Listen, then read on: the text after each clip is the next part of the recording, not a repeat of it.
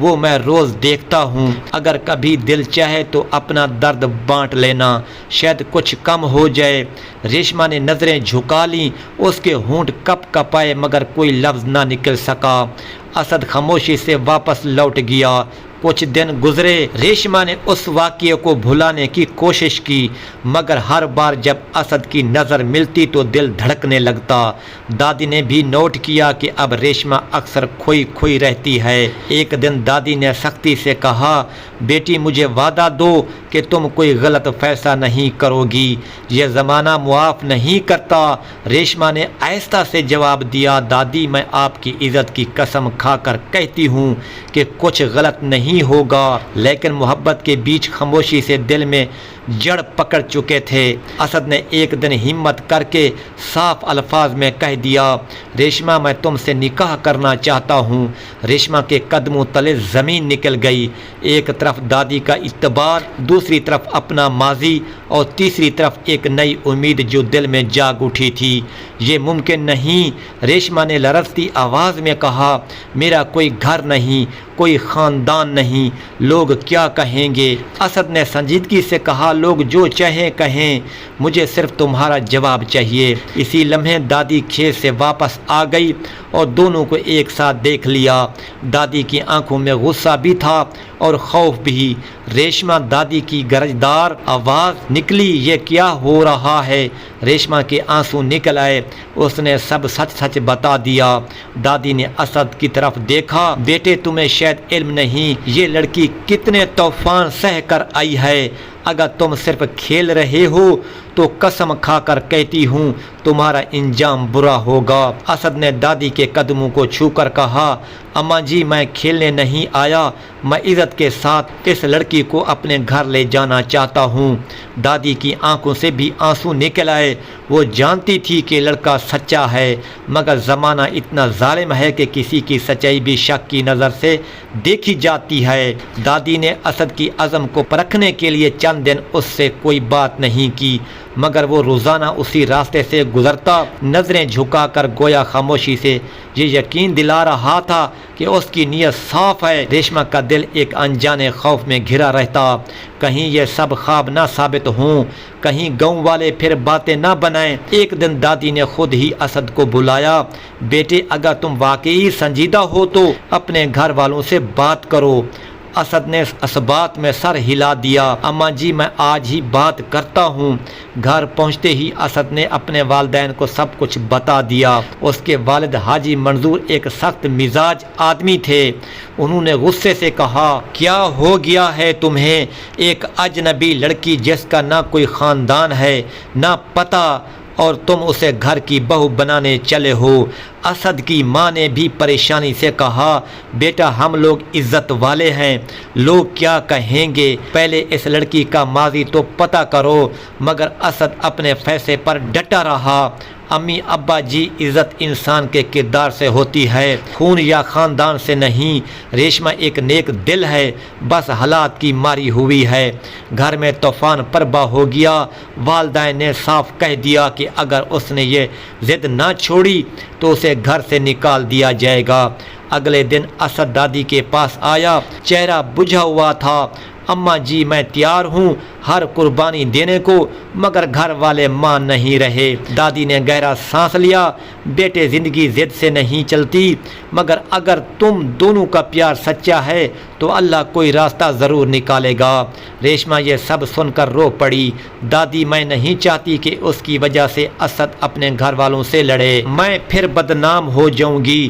مگر اسد نے ریشما کا ہاتھ مضبوطی سے پکڑ کر کہا، میں تمہیں چھوڑ نہیں سکتا، اگر گھر والے نہیں مانتے تو میں اپنا گھر الگ بساؤں گا۔ دادی خاموش رہی، وہ جانتی تھی کہ یہ آسان نہیں۔ گاؤں کے لوگ پہلے ہی ریشما پر شک بھری نگاہ ڈالتے تھے، اگر اس نے اسد سے شادی کر لی تو زبانیں اور بھی لمبی ہو جائیں گی۔ چند دن بعد حاجی منظور خود دادی کی جھونپڑی پر آ پہنچے۔ اماں جی یہ کیا ماجرا ہے؟ آپ نے میرے لڑکے کو پٹایا ہے یا یہ لڑکی کوئی جادوگرنی ہے؟ دادی نے صبر سے جواب دیا، حاجی صاحب میں غریب ضرور ہوں مگر ایمان نہیں بیچا، یہ لڑکی بے سہارا ہے مگر بد کردار نہیں۔ حاجی منظور نے طنزیہ ہنسی ہنسی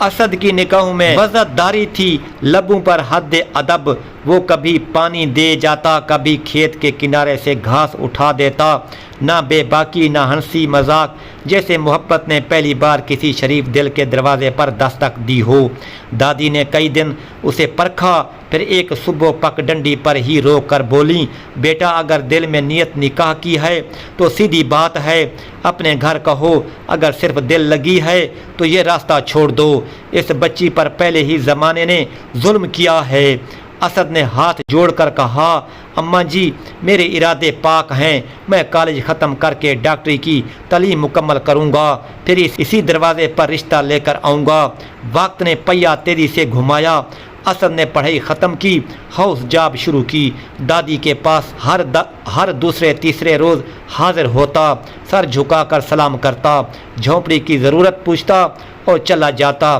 ریشما کی آنکھوں میں سہمی ہوئی سی روشنی تھی، جیسے پچھلی زندگی کے اندھیروں کو یقین ہی نہ آ رہا ہو کہ روشنی سچ میں اتنی قریب آ سکتی ہے۔ پہلا طوفان اس شام اٹھا جب گاؤں کے دو اوباش لڑکے جھونپڑی کے پاس آ نکلے، فکرے کسے راستہ روکا، دادی لاٹھی ٹیکتی ہانپتی دوڑ آئی، للکار کر بھگا دیا، مگر دل میں ایک چبھن رہ گئی، یا اللہ یہ بچی میری امانت ہے، اگر اس کی عزت پر آنچ آئی تو میں کیا جواب دوں گی۔ اسی دن کے بعد دادی نے فیصلہ کیا کہ ریشما کھیت ہو یا بازار اکیلی نہیں جائے گی۔ چند ماہ بعد اسد نے گھر میں بات چھیڑی، باپ حاجی منظور سخت مزاج آدمی، ماں روایتوں کی اسیر، دونوں کا ایک ہی سوال، کس کی بیٹی ہے، خاندان، حسب نسب۔ اسد نے کہا، امی ابا عزت کردار سے ہے، وہ بے قصور ہے، حالات کی ماری ہوئی ہے۔ جواب میں گھر میں طوفان پربا ہو گیا، رشتے کی بات پر دروازہ بند، لہجے کھٹور، الفاظ آگ، یہاں تک کہ کہا گیا اگر وہی ضد ہے تو گھر چھوڑ دو۔ اسد کی آنکھوں میں نمی تیر گئی لیکن قدم نہ لڑکھڑائے۔ اگلی ہی شام دادی کے سامنے بیٹھا تھا، اماں جی گھر والے نہیں مانے، میں ہار نہیں مانوں گا، مگر ایک بات چاہتا ہوں، اگر آپ اجازت دیں تو میں مولوی صاحب کو بلا کر سادہ نکاح کر لوں، میں ریشما کو اس زمانے کی رحم و کرم پر نہیں چھوڑ سکتا۔ دادی دیر تک خاموش رہیں، پھر آہستہ سے بولی، نکاح عزت دیتا ہے، مگر ایک بات، یہ فیصلہ جذبات میں نہیں، اللہ کے نام پر ہونا چاہیے۔ اسد نے سر جھکا دیا، اللہ کے نام پر؟ اماں جی رات بھر دادی نے چائے نماز پر بیٹھ کر استخارہ کیا، دل میں سکنیت اتر آئی۔ اگلی صبح انہوں نے دو پرانے وقف کار مزدوروں کو گواہ بنا کر بلایا، محلے کے مسجد کے مولوی صاحب کو پیغام دیا، جھونپڑی صاف کی گئی، چٹائی بچھائی گئی۔ دادی کے ہاتھ کانپ رہے تھے مگر دل مطمئن تھا۔ ریشما نے سفید دوپٹہ اوڑھا، آنکھوں میں ڈھیروں آنسوں اور ہونٹوں پر ایک دعا۔ اسد نے سادہ سا کپڑا پہنا، دل میں درود اور کانوں میں اذان کی باز گشت۔ مولوی صاحب نے سنجیدگی سے خطبہ نکاح پڑھا، مہر طے ہوا۔ اسد نے کہا، جتنا میرے بس میں ہو اس سے بڑھ کر دوں گا، مگر ابھی کے لیے سادگی سے قبول کیجیے۔ دادی نے تسبیح کے دانے مضبوطی سے پکڑ لیے، کلمہ ایجاب و قبول، اور ایک پل میں دو تن ایک جان ہو گئے۔ دادی کی آنکھوں سے آنسوں اس طرح بہے جیسے برسوں کی دکھ دھل گئے ہوں۔ جھونپڑی میں فرش خاک پر بیٹھے اس نکاح نے آسمانوں پر بھی چراغاں کر دیا۔ نکاح کے فوراً بعد دادی نے ریشما کے سر پر ہاتھ رکھا، بیٹی اب تم امانت نہیں گھر والی ہو، اللہ تمہیں دونوں جہاں کی خوشی دے۔ اسد نے جھک کر دادی کے پاؤں چھوئے، اماں جی یہ جھونپڑی میری ماں کا آنگن ہے۔ ریشما نے پہلی بار پورے اعتماد سے اسد کی طرف دیکھا، وہ شرم جس میں خوف بھی تھا، اب اس میں تحفظ شامل ہو گیا تھا۔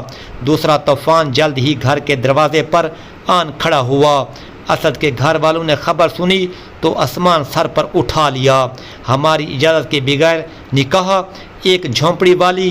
ہرگز نہیں۔ اسد نے نرم لہجے میں کہا، اجازت مانگی تھی، انکار ہوا، میں نے حلال راستہ اختیار کیا، جواب میں رشتے ناطے توڑ دینے کی دھمکی، میراث کی باتیں اور سماج کی انگلیاں۔ اسد نے صبر سے سب سنا اور خاموشی سے ہسپتال کے قریب ایک چھوٹا سا کمرہ کرائے پر لے لیا۔ دادی نے اپنا بوسیدہ صندوق کھولا، 3 جوڑے کپڑے، ایک پرانا لحاف اور ایک قرآن مجید اٹھایا۔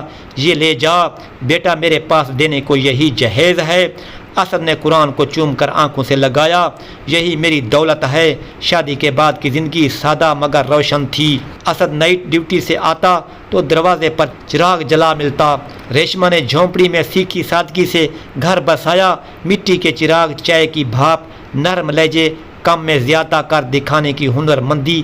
کبھی کبھی دادی 2 دن کے لیے آ جاتی، آٹا گوندھ دیتی، سالن پکاتی اور جاتے جاتے ایک گرہ میں برکت کی دعا باندھ جاتی۔ پھر قدرت نے وہ گجلک گرہ بھی کھول دی جس نے برسوں پہلے ریشما کی زندگی الجھا دی تھی۔ محلے والی آنٹی کی اپنی بیٹی کسی کے ساتھ ناجائز مراسم کی خبر پھیل گئی۔ لڑکی ایک رات گھر سے بھاگ نکلی۔ راز افشاں ہوتے ہی انہوں نے اپنی بدنامی چھپانے کے لیے کبھی ریشما پر جو جھوٹا الزام لگایا تھا وہ بھی کھل کر سامنے آ گیا۔ بات شہر شہر پہنچی تو اسلامی نگر کے چودھری عبد ریشما کے والد کو بھی پتہ چل گیا کہ بیٹی بے قصور تھی۔ دکھ اور شرمندگی کے مارے وہ بیوی سمیت اسد کے کمرے کے باہر آن کھڑے ہوئے۔ دروازہ کھلا، دادی اندر بیٹھی دھیان میں تھی۔ چودھری عبد نے آنکھیں نم کر کے کہا، اماں ہمیں معاف کر دیجئے، ہم سے بہت بڑی زیادتی ہوئی ہے۔ ریشما ماں کی باہوں میں گری تو گھر ہچکیوں اور معافیوں سے گونج اٹھا۔ دادی نے دونوں کو سینے سے لگایا۔ اولاد ماں باپ کی امانت ہے، کبھی کبھی آزمائش دیر سے سمجھ آتی ہے۔ شکر ہے سچ سامنے آ گیا۔ اسی دوپہر اسد کے گھر والے بھی ہسپتال کے کوارٹر میں پہنچ گئے۔ حاجی منظور کی آنکھوں میں بھی انا شکستہ تھی، زبان پر اٹکتے ہوئے الفاظ، بیٹا ہم غلط تھے، تم نے حلال راستہ اختیار کیا، ہمیں معاف کر دو۔ اسد نے باپ کے ہاتھ تھام لیے۔ ابا جی، بیٹا ناراضگی نہیں رکھتا، ہمارے گھر میں صرف دعا کی ضرورت ہے۔ اس دن پہلی بار دونوں خاندان ایک دسترخوان پر بیٹھے۔ چھوٹا سا گھر مگر دل سمندر کی طرح وسیع۔ دادی نے روٹی توڑتے ہوئے کہا، دیکھا سچائی کا بول بالا پھر ہو گیا۔ مہینے بھر بعد خوشی کی ایک اور خبر آئی۔ ریشما امید سے تھی۔ اسد نے اسپتال کی اضافی ڈیوٹیاں لے لیں اور راتوں کو جا کر خوابوں کی درزی کا کام کرنے لگا۔ بچی کی گڑیاں، ننھے کپڑے، نظر و نیاز کی فہرست۔ دادی نے جھونپڑی کے پاس والی کیاری میں نیم اور تلسی کے پودے اور بھی سنوار دیے۔ نواسا آئے گا تو اس کی ہوا بھی خوشبودار ہونی چاہیے۔ وقت آیا تو چاندنی رات تھی۔ اذان کی صدا کے ساتھ ایک ننھا سا بیٹا دنیا میں آیا۔